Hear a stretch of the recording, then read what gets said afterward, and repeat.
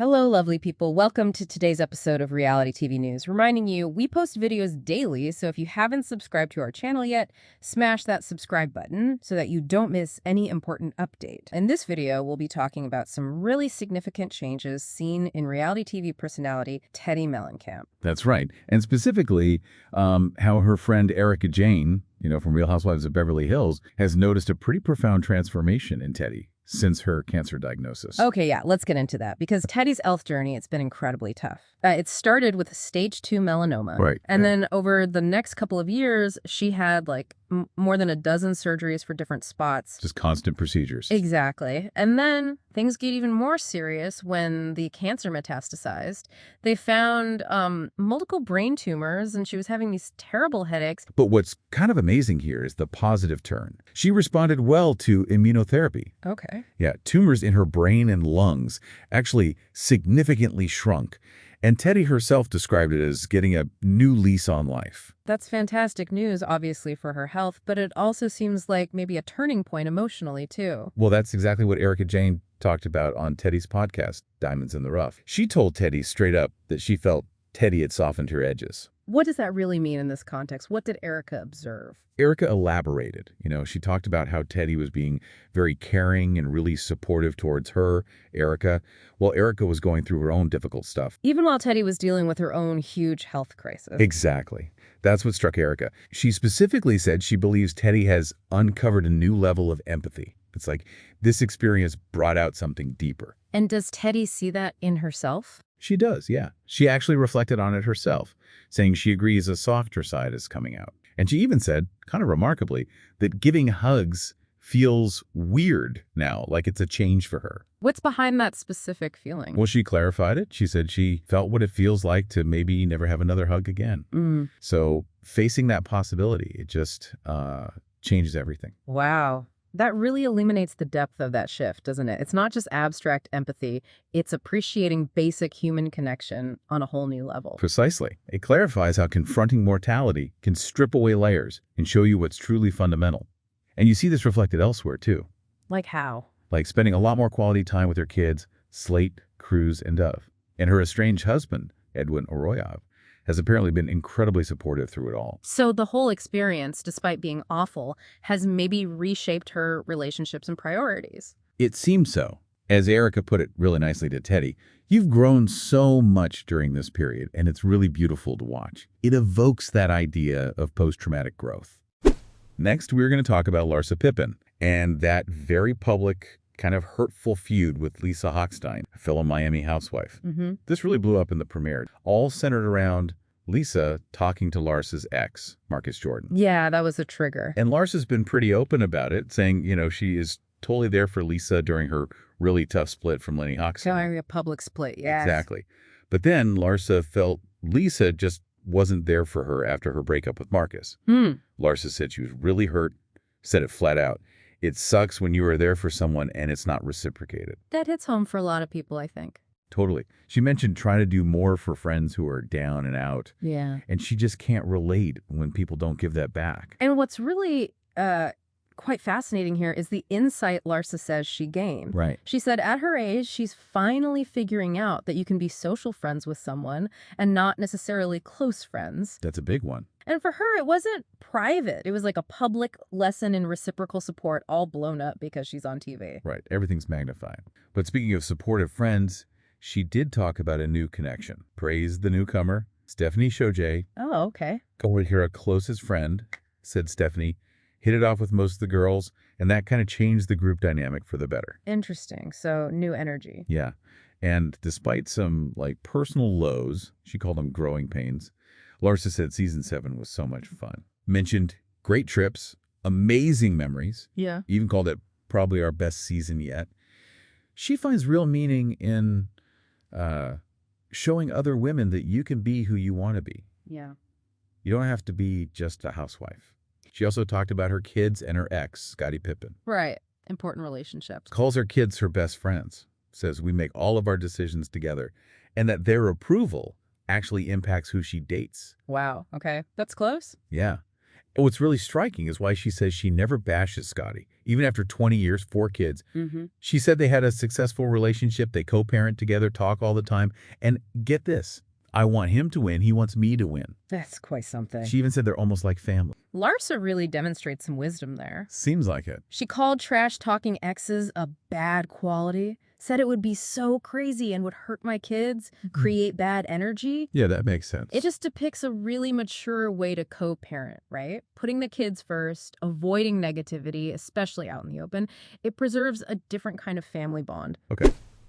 Next update we have about Gina Kirschenheiter from the Real Housewives of Orange County. RHOC.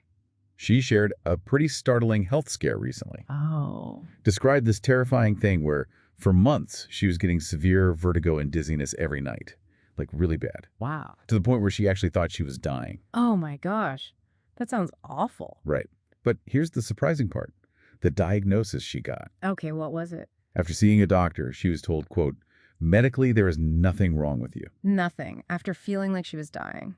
Exactly. The doctor suspected it was diet and, water-related. Specifically, her habit of eating sweet treats, candy, ice cream before bed, and, maybe crucially, not drinking enough water. Huh. So symptoms feel huge, but the cause is kind of basic. Seems like it. So what changed for her? Was there a breakthrough? Instantly. She changed her habits right away. The very first night, she skipped the treats before bed. Yeah. She woke up totally fine, no vertigo, no dizziness, for the first time in 3 months. Wow. Just like that. Just like that. And Gina called it a medical breakthrough. Her insight was, apparently it turns out when you're a certain age, medical breakthrough, what we put in our bodies actually does physically affect us. Huh. A medical breakthrough indeed. She admitted she was naive, thinking, oh, I don't drink, so I'm healthy. Right. Common assumption. She even said, my diet was actually trying to kill me in the night. Goodness. Next update, we have about another RHOC star, Tamra Judge. Tamra. Stirred up some buzz on social media with a photo. Ah, yes. I think I saw this. Tamra, she's 57, posted a bikini pic on Instagram. Yeah. Promoting the new season of RHOC. Starts July 10th. Gretchen Rossi's coming back, after 12 years. Right. Big return. So the photo got reactions. Oh, yeah. Yeah. Lots of compliments, actually. Other Bravo Labs fans, but also some pretty strong backlash. Okay. What was the issue? Well, it's interesting how fast social media can turn, isn't it? From praise to criticism. The backlash was from people accusing her of bad photo editing. Comments like, that filter is too much and the Photoshop is so bad. The usual suspects. And one user pointed out that telltale sign, you can see the door is curved, lol, the warped background. But what's interesting is, despite the criticism, most replies were actually positive. So a mixed bag, not a total pile-on. Right. Okay, next update, we have about a big celebration over in New Jersey. Jennifer Aydin threw what's being called an over-the-top graduation party for her daughter. Ah, okay. Yep, at their massive Paramus mansion. You know the one, 12,000 square feet. Right. Imagine grand displays everywhere. Congratulations, Gabriella. Class of 2025. Elaborate flowers, dessert tables stacked with pink and white macarons, cookies, cakes. Just loads of sweets. Sounds fancy. The theme was very girly.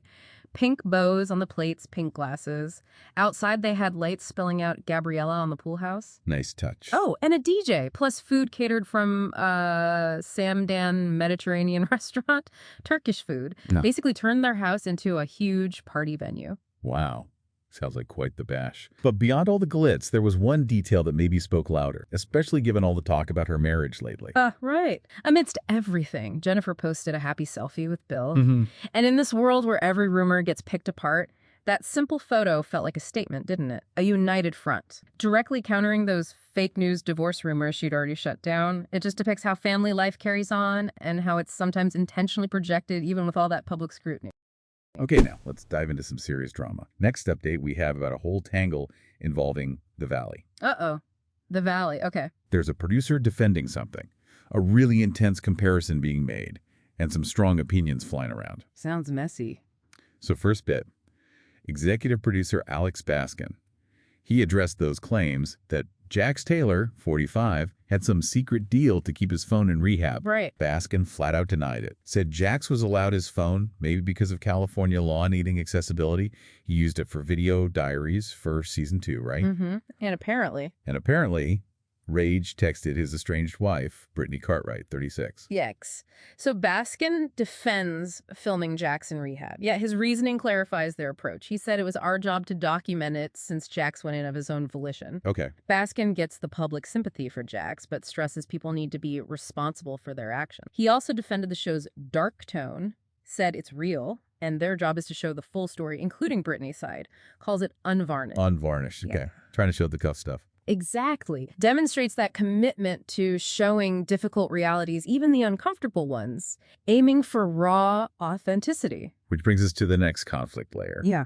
Shiana, she's 40, made a really bold comparison. Shiana. Okay. She suggested Jesse Lally, 45, was actually worse than Jax Taylor. And we know Jax has been labeled an abuser. Well, Shiana's side illuminates some off-camera stuff. She talked about Michelle Sani, Jesse's estranged wife, right after her mother died. Oh, wow. Michelle apparently needed a day to grieve, asked Jesse to take their daughter Isabella just for the day, even though it was technically Michelle's day. Okay. Seems reasonable. Shiana says Jesse refused, said he had an election party to go to. Oh, that's not great. Yeah. And while Michelle apparently later regretted comparing Jesse to Jax, Shiana said she totally gets why, claims she's seen the messages, the emails, Jesse's true core, and she don't like it. She basically suggests viewers don't see the real Jesse, just his charming face, highlights that gap between public persona and private actions. That's a pretty heavy accusation from Shiana. So how did others react? Specifically, Kristen Dow. Kristen did not agree, jumped on social media, wrote it was insane for you to say Jesse is even comparable to Jax, Shiana. Insane. Wow. Strong words, capital letters and everything. Yep. And Kristen didn't stop there. She also called Jason Caperna, 41, two-faced for how he treated Danny Bucco, 41. Oh.